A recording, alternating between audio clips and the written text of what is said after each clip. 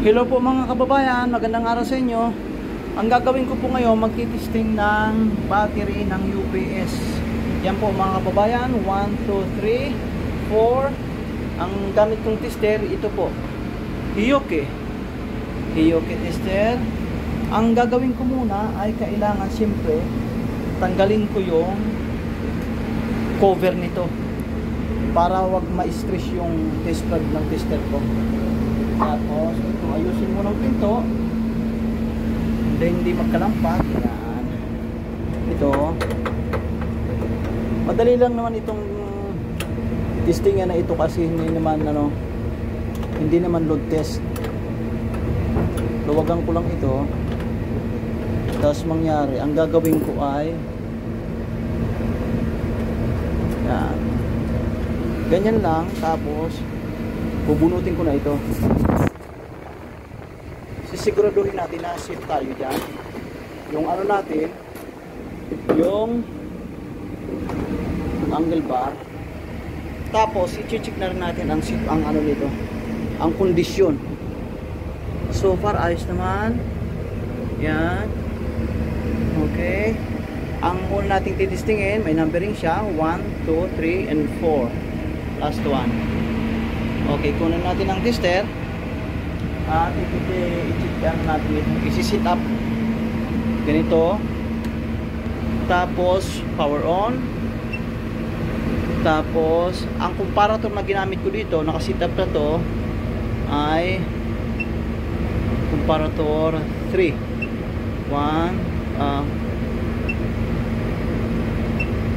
3.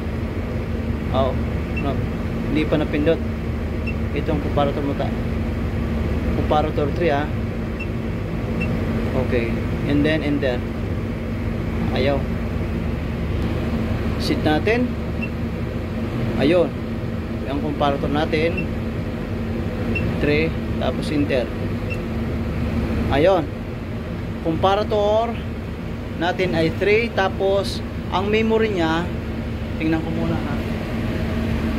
Ang memory na ginamit UPS 2 ay 13 hanggang 16. 13 hanggang 16.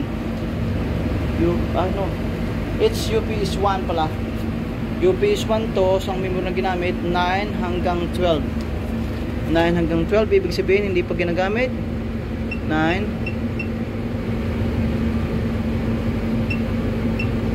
Ayun, see? Nakita nyo po, hindi pa nagagamit. Yun yung para dyan, memory ng UPS 1 na to.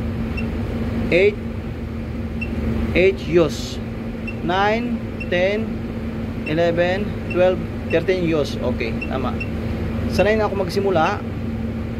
Madali lang naman yan. Tapos, ready na to. Itong gagamitin natin ha. Itong test pad ha. Tapos itong positive, nandiyan positive. Tapos siyempre dito ang negative. Tingnan natin. Tingnan natin. Ayun, pass. Okay? Pass siya. So, ganun ang sistema. Ang ginawa ko doon, ganun din ang gagawin ko dito ha, mga kababayan. Tapos, magbabaliktad naman. Ito naman si positive. So, ang gagawin naman natin, ang hirap kasi pag nandun yung yung negative natin, tapos dito mas si positive. Yan.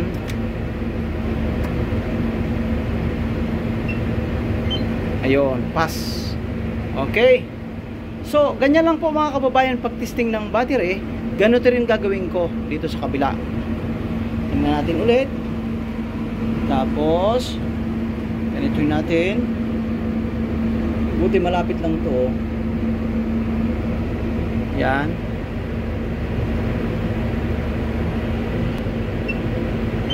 Ayun. Okay, tapos yung isa pa.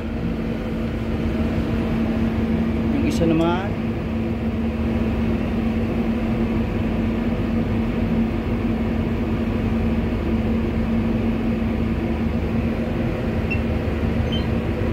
Ayun.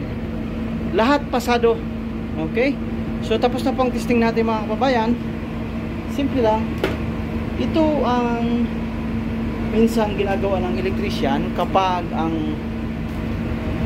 pins natin ito, ang route nito ay lumabas na. Okay, kailangan natin i-check ang mga battery. Okay, ibabalik ko na itong takip na to. Ibabalik ko na. Okay na. Ang transparent cover natin, huwag natin kalimutan ibalik. At siyempre kailangan higpitan natin ito. Itong ano niya.